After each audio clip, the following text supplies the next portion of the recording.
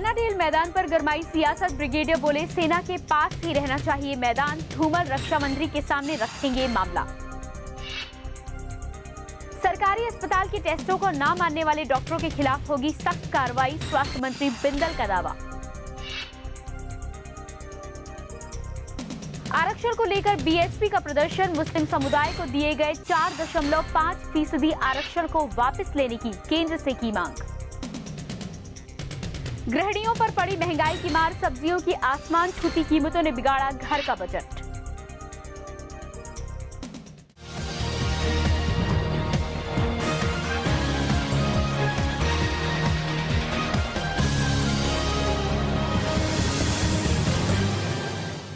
नमस्कार, हिमाचल आजकल में आपका स्वागत है। मैं हूं प्रियंका। अपने इस खास न्यूज बुलेटिन में हम आपको दिखाएंगे राज्य की हर वो खबर जिसका सरोकार सीधे आपसे है। शिमला स्थित अन्नाडेल मैदान पर विवाद गहरा गया है। सेना और प्रदेश सरकार के बीच ये मामला तूल पकड़ता जा रहा है। जहां सेना ने इसे अपने पास ही रहने की बात कही है, वहीं मुख्यमंत्री धूमल इस मसले को रक्षा मंत्री के सामने उठाने की बात कह रहे हैं। आज अन्नाडेल मैदान पर सेना ने आपदा प्रबंधन को लेकर युद्ध अभ्यास किया। सेना का कहना है कि युद्ध अभ्यास और आपदा राहत के लिए इस मैदान का सेना के पास रहना जरूरी है। शिमला के मशहूर अन्नाडेल मैदान पर आज सेना ने दोपहर के समय मॉकड्रिल की। इस बाबत पश्चिमी कमान के ब्रिगेडियर ए.के. शर्मा ने कहा कि अन्नाडेल मैदान पर समय समय पर युद्धाभ्यास और आपदा से निपटने के लिए मॉकड्रिल होती रहती है। ये मैदान सीमा क्षेत्र की रक्षा और बाढ़ की स्थिति के लिए महत्वपूर्ण है। There can be no conflict हो भी नहीं सकती। आपको जैसा मैं कुछ देर पहले भी जिक्र कर रहा था, हिमाचल प्रदेश की सरकार आर्मी की सभी रिक्वायरमेंट्स के लिए बहुत एमिनेबल है और ना कभी हुआ है इतिहास में और ना ही कभी आगे होगा कि किसी प्रकार की कोई कॉन्फ्लिक्ट हो। काफ़ी तादाद में हिमाचल में सर्विस पर्सनल हैं, एक्स सर्विस पर्सनल हैं और जिस प्रकार से उनकी देखभाल की जाती है, मुझे नहीं लगता कि कभी भी कोई किसी प्रकार का कोई कॉन्फ्लिक्ट होगा। इस मैदान को सेना से वापस लेने के लिए हाल ही में HPCA ने रिज मैदान से मुख्यमंत्री आवास तक एक रैली निकाली थी और करीब 1 लाख हस्ताक्षर युक्त दस्तावेज भी मुख्यमंत्री को सौंपे थे। इस पर मुख्यमंत्री प्रेम कुमार धूमल ने कहा कि मैदान की लीज अवधि 30 साल पूर्व ही खत्म हो चुकी है और सेना यहाँ पर कोई खास गतिविधियां भी नहीं करती, तो ऐसे में इसे हिमाचल सरकार को वापस दे दिया जाना चाहिए ताकि यहाँ खेल गतिविधियों को बढ़ावा दिया जा सके। कि शिमला का एकमात्र ऐसा स्थान जहां पर बहुत बड़े आयोजन किए जा सकते हैं वो अन्नाडेल है और इसकी लीज 1982 में खत्म हो चुकी है। 2002 में हमने इसको वापस लेने की बात अंतिम तौर पे तय करवा दी थी साउथ ब्लॉक में रक्षा मंत्री के कार्यालय में बैठकर, जिसमें रक्षा मंत्री स्वयं थे, मैं वहां था, हमारे अधिकारी थे और सेना के उच्च अधिकारी थे। ये तय हुआ था कि अल्टरनेट जगह एक्सरसाइज के लिए आर्मी वालों को दे दी जाएगी और ये मैदान हिमाचल प्रदेश सरकार को वापस दे दिया जाएगा। हर कोई अन्नाडेल चाहता है।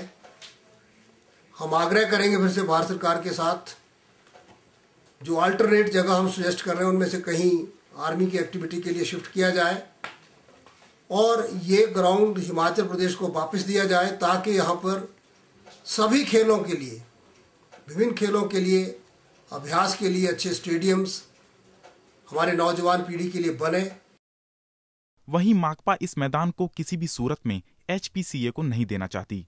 माकपा नेता टिकेंद्र पंवर ने आरोप लगाया कि सत्ता से जुड़े कई लोगों ने मैदान के आसपास भूमि खरीद ली है और राज्य सरकार भूमाफिया के दबाव में आकर इस हरे भरे मैदान को तबाह करना चाहती है।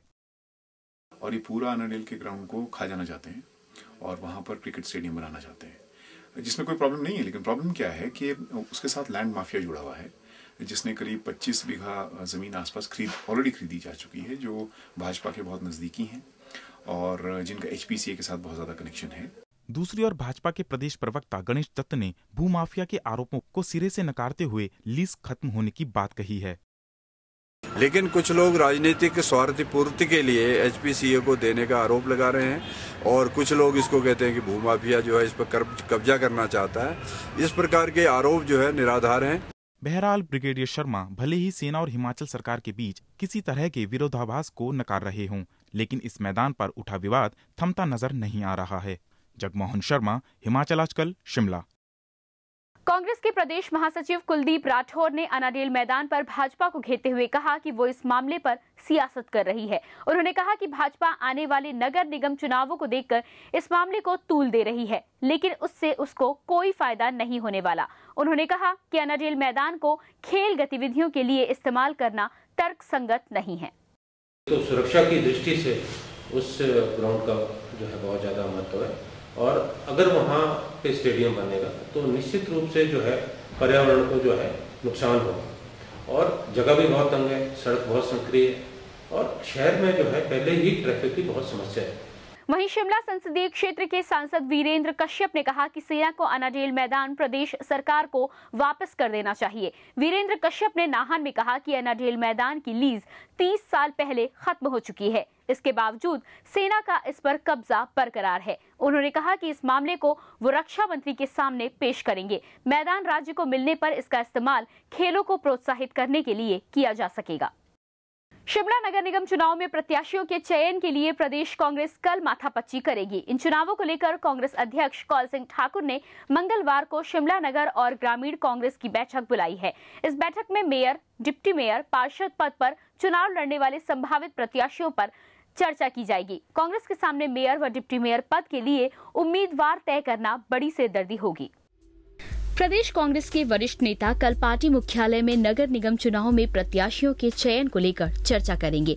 प्रदेश अध्यक्ष कौल सिंह ठाकुर प्रत्याशियों को लेकर पार्टी के नेताओं और कार्यकर्ताओं की राय जानेंगे। कांग्रेस के सामने सबसे बड़ी मुसीबत मेयर व डिप्टी मेयर के पद के लिए उम्मीदवार का चयन करना है।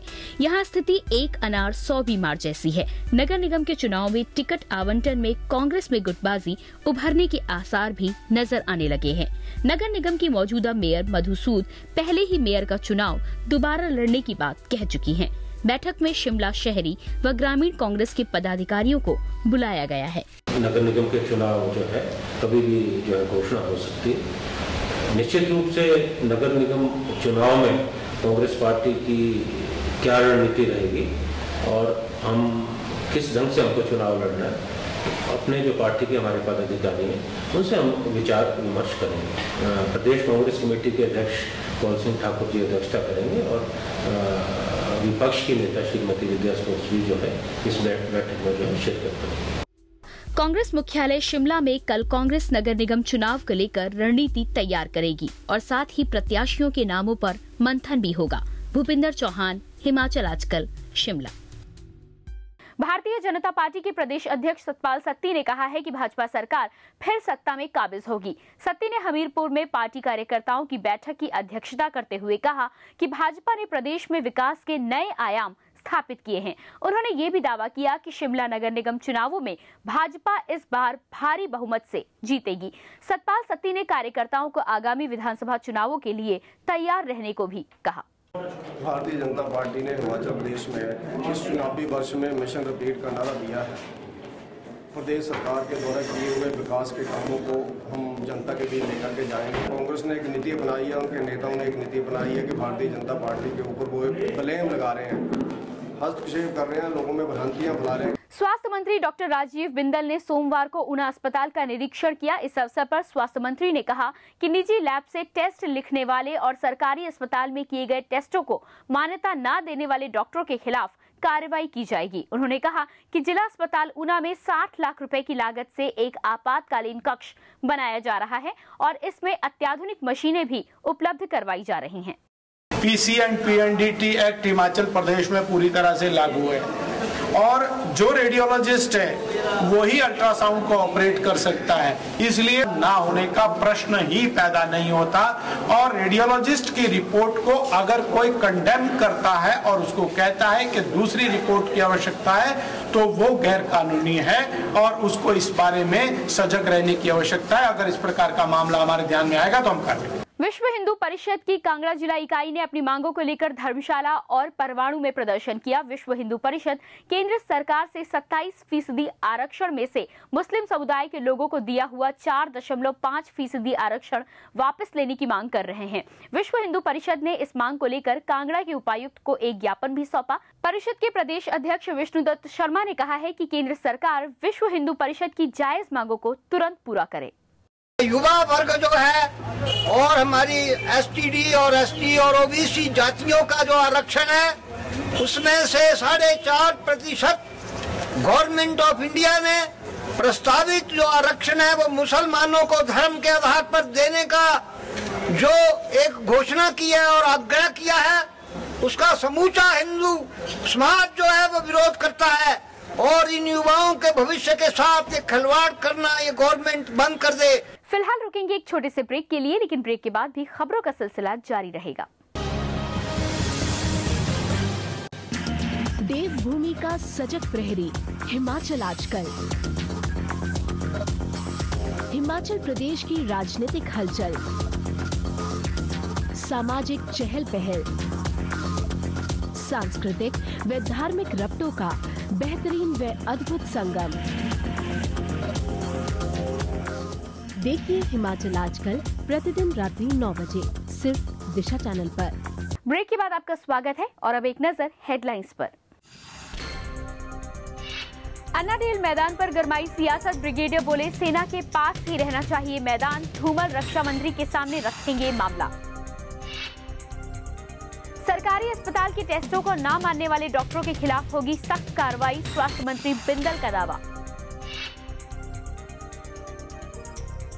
आरक्षण को लेकर बीएचपी का प्रदर्शन, मुस्लिम समुदाय को दिए गए 4.5% आरक्षण को वापस लेने की केंद्र से की मांग।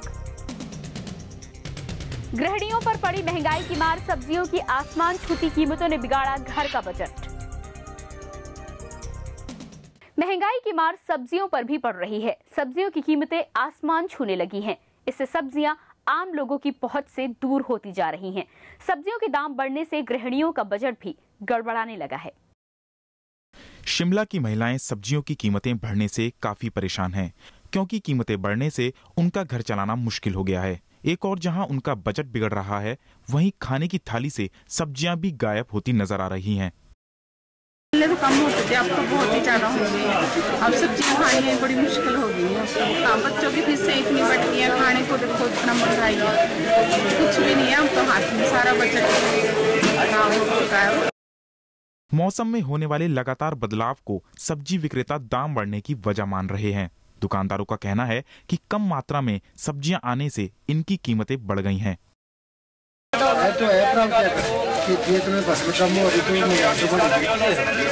आइए नजर डालते हैं सब्जियों के बढ़ते दामों पर। मटर 50 रुपए, कटहल 40 रुपए, बैंगन 25 रुपए, फूल गोभी 30 रुपए, प्याज 30 रुपए, साग 30 रुपए, टमाटर 40 रुपए, घिया 25 रुपए, मेथी 40 रुपए, कद्दू 20 रुपए।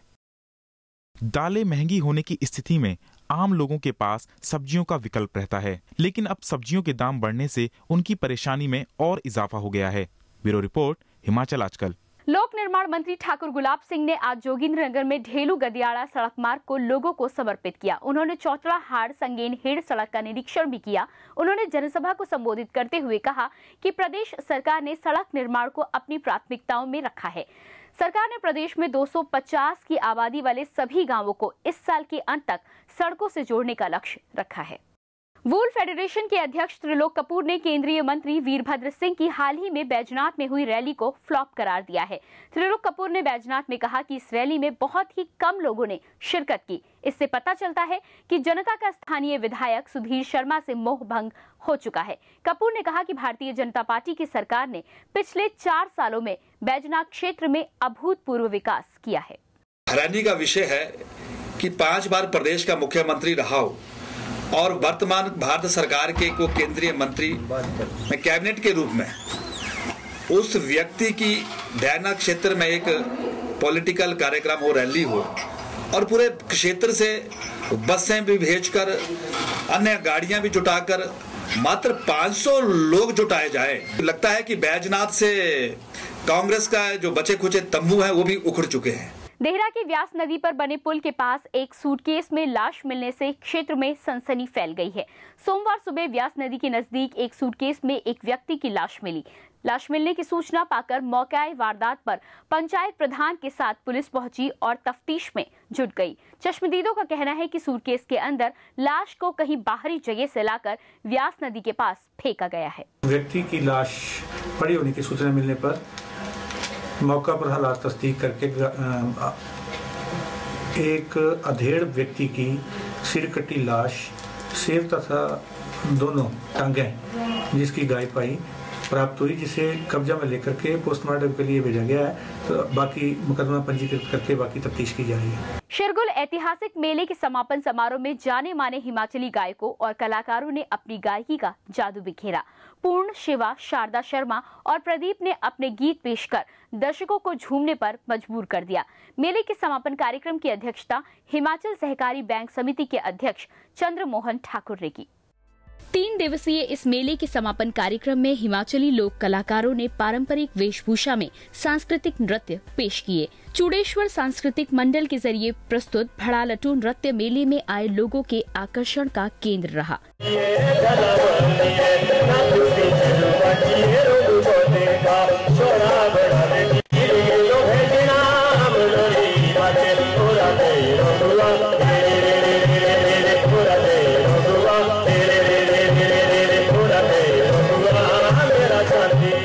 मेले के समापन समारोह में शिरकत करने आए मुख्य अतिथि ने कहा कि मेले हमारी संस्कृति के परिचायक हैं और सिरमौर जिला की संस्कृति की प्रदेश में एक अलग पहचान है।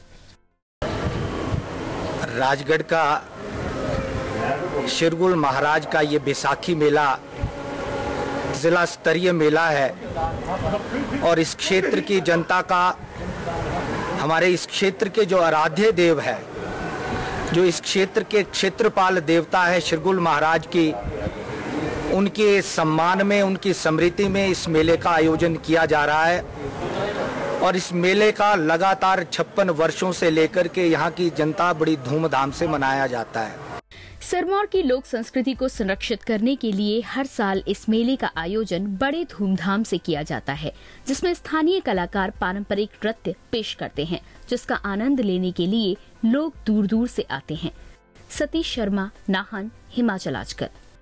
पधर का पारंपरिक किसान मेला आरंभ हो गया है। 3 दिवसीय मेले की विधिवत शुरुआत प्रसिद्ध देवता सूत्रधारी ब्रह्मा की अगुवाई में जलेब निकालकर की गई, जिसमें आधा दर्जन से अधिक देवताओं ने भाग लिया। इस अवसर पर स्कूली छात्राओं और स्थानीय महिला मंडल की महिलाओं ने रंगारंग कार्यक्रम प्रस्तुत किए।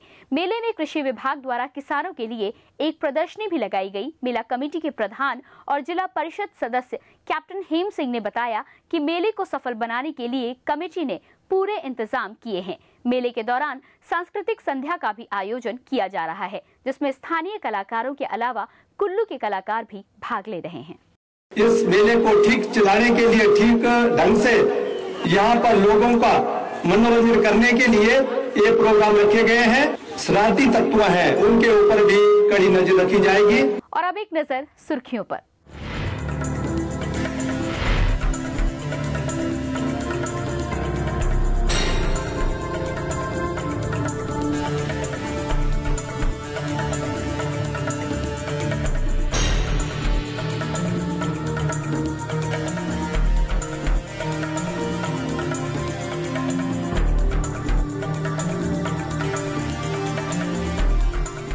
अभी के लिए बस इतना ही। हिमाचल की ताजा तरीन खबरों के साथ हम फिर होंगे हाजिर। तब तक के लिए नमस्कार। हिमाचल आजकल से जुड़ी किसी भी प्रतिक्रिया या सुझाव के लिए संपर्क करें कृष्ण भानु, ठाकुर वाटिका, खलीनी, शिमला 2। Phone number 09816901200, 017726294111। हमारा ईमेल आईडी है himachalaajkal@gmail.com।